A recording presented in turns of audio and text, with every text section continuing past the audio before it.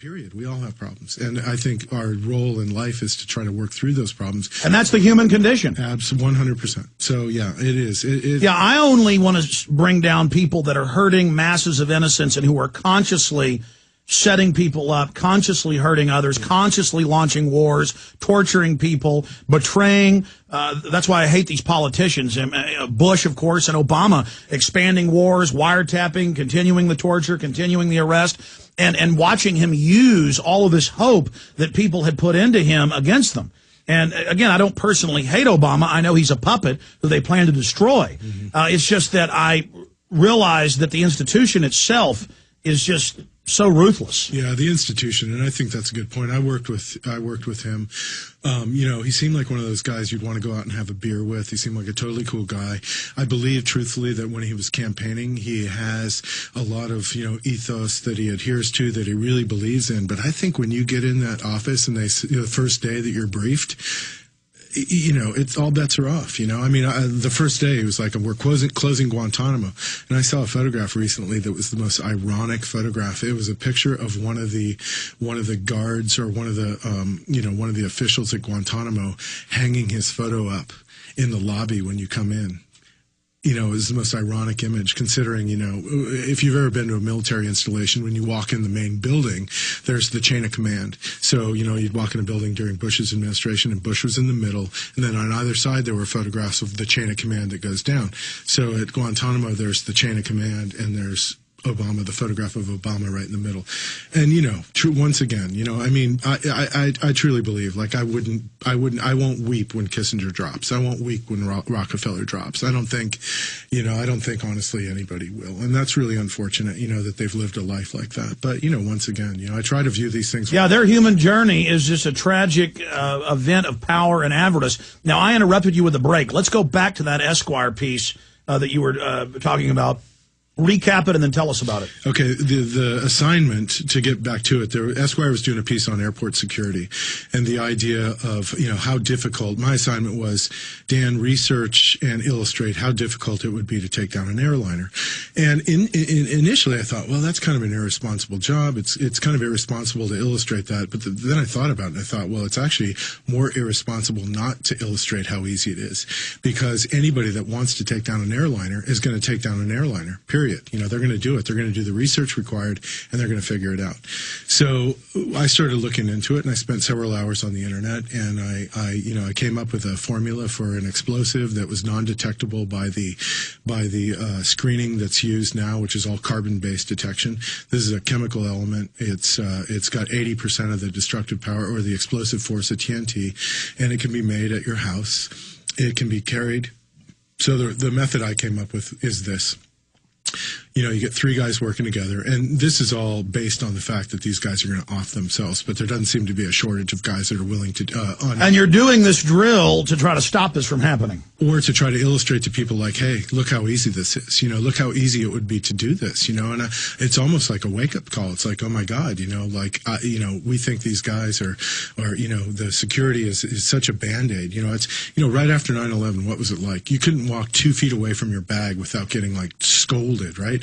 Now it's like, I'll leave my bag at the gate, ask someone to watch it, go to the bathroom, come back. It's like no one's worried. There was National Guard in the airport when it... But we go back to the point that most of it's manufactured. Have you had time to see the underwear bombing? I totally agree.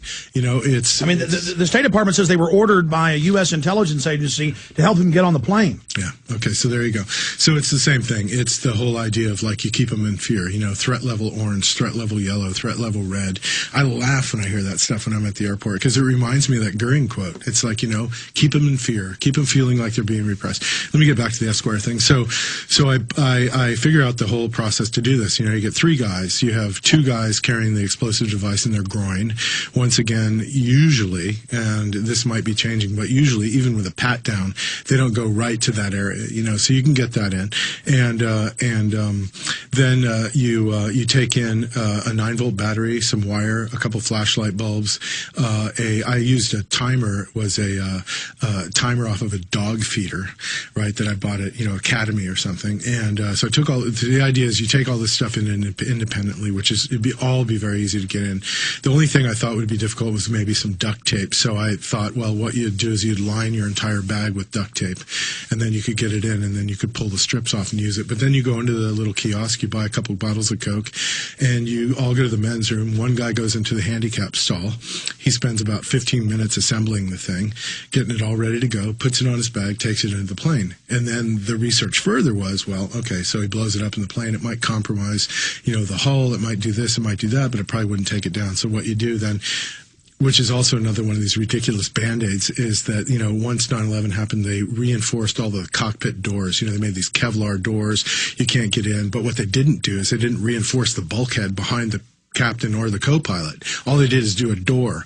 So 757 and a couple other aircrafts have in the first class cabin, they have a bathroom that immediately backs up against the cockpit.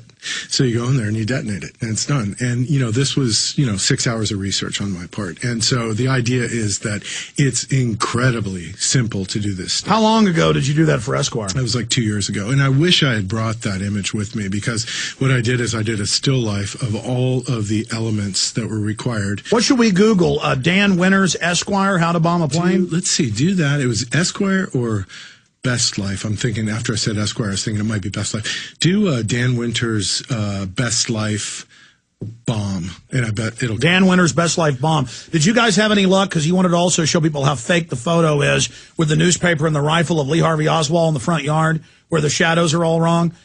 Okay, well, we'll show that first, but we're running out of time here. And I knew it'd be great to have you on the radio because you've got so much knowledge, and we're so similar in so many ways in our perspectives.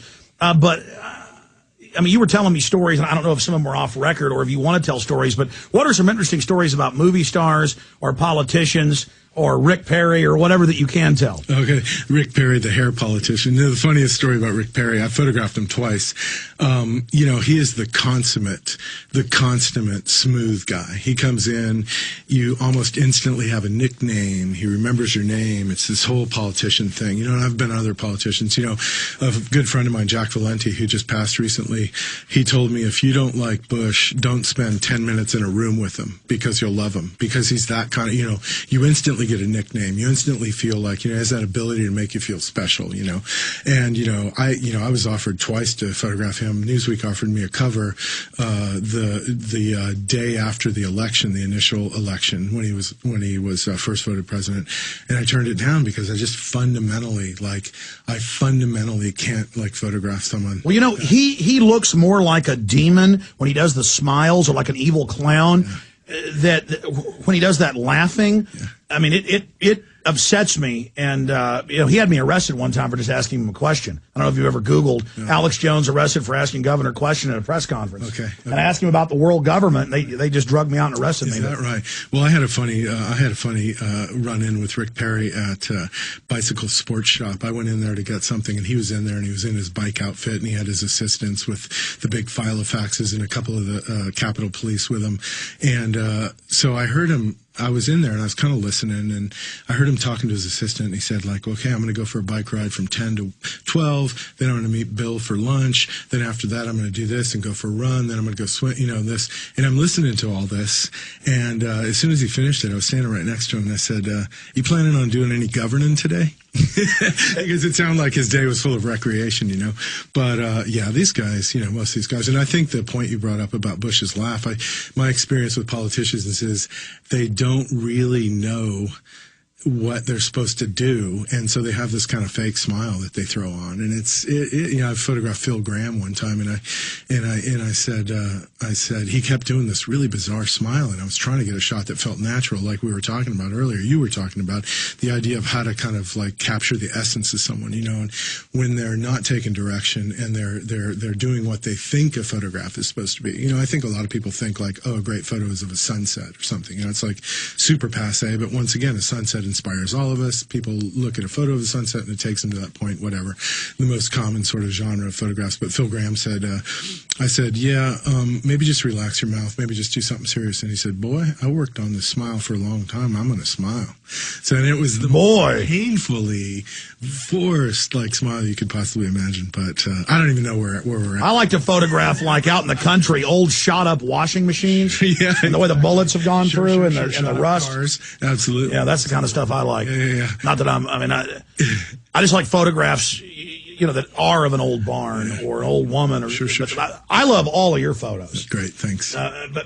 Because it does. So I was accurate when I said that you somehow draw out the essence of people. I try to, and I think to a certain extent it's like I've called it before. I've called it a manufactured intimacy, and I think the idea behind the range of human expression and human emotion is so wide that I think what I try to do is I try to capture sort of like usually, except for the case with your crazy screaming photograph, is that but that's a part of your personality, and so that was an accurate representation, I suppose, right?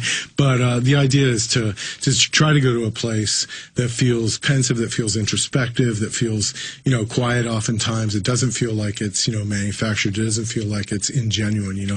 It's capturing a moment of that individual, but I think it's a reflective moment, and I think people respond to reflective moments.